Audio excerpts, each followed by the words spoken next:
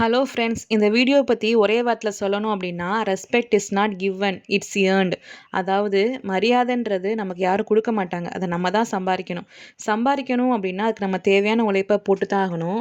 நீங்கள் நினைக்கலாம் மரியாதையை கூட சம்பாதிக்கலாம் அப்படின்னு கேட்டால் அதான் உண்மை.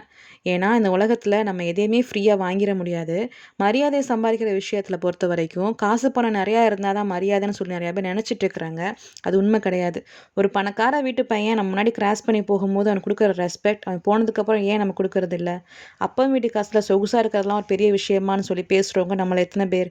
அப்போது உண்மையான மரியாதையை பெறணும் அப்படின்னா சில விஷயங்கள் நம்ம செய்யாமல் இருக்கணும், சில விஷயங்கள் நம்ம செய்ய ஆரம்பிக்கணும். ஃபஸ்ட்டு நம்ம செய்யக்கூடாத விஷயங்கள் என்னன்னு சொல்லி பார்க்கலாம். ஒன்று, நமக்கு தேவையில்லாத இடத்துல நம்ம பேசாமல் இருக்கணும்.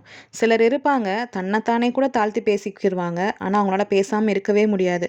தேவைப்படாத இடத்துல நம்ம வார்த்தைகளை கொடுக்காம இருந்தாலே நமக்கு மரியாதை நிற்கும்.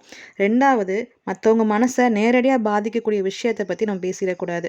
ஃபார் எக்ஸாம்பிள், ஒருத்தவங்க போட்டிருக்க ட்ரெஸ் உங்களுக்கு பிடிக்காமல் இருக்கலாம், ஆனால் அந்த கருத்தை அவங்கக்கிட்ட தெரிவிக்கணும்னு சொல்லி அவசியம் கிடையாது. இந்த 2 விஷயங்கள் செய்யாமல் இருந்தாலே நீங்கள் பாதி கிணத்தை தாண்டிட்டதாக அர்த்தம்.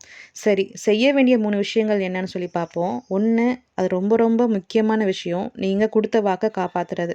அப்படி உங்களால் வாக்கை காப்பாற்ற முடியாத இடத்துல நீங்கள் வாக்கு கொடுக்காமல் இருக்கிறதே ரொம்ப நல்லது. ரெண்டாவது, நிறையா கேளுங்க, கொஞ்சமாக பேசுங்க. இதை நான் கம்யூனிட்டி ஸ்கில் வீடியோலேயே சொல்லியிருப்பேன்.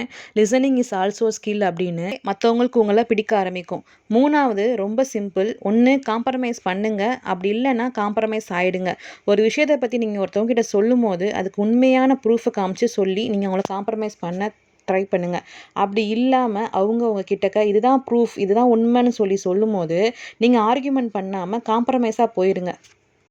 இந்த 5 விஷயங்களை நீங்கள் ஃபாலோ பண்ணாலே மற்றவங்களுக்கு உங்களை பிடிக்க ஆரம்பிக்கும். இந்த வீடியோ யாருக்கெல்லாம் யூஸ்ஃபுல்லாக இருக்கும்னு நினைக்கிறீங்களோ அவங்களுக்கு எல்லாத்துக்கும் ஷேர் பண்ணுங்கள். தேங்க்யூ ஃபார் வாட்சிங்.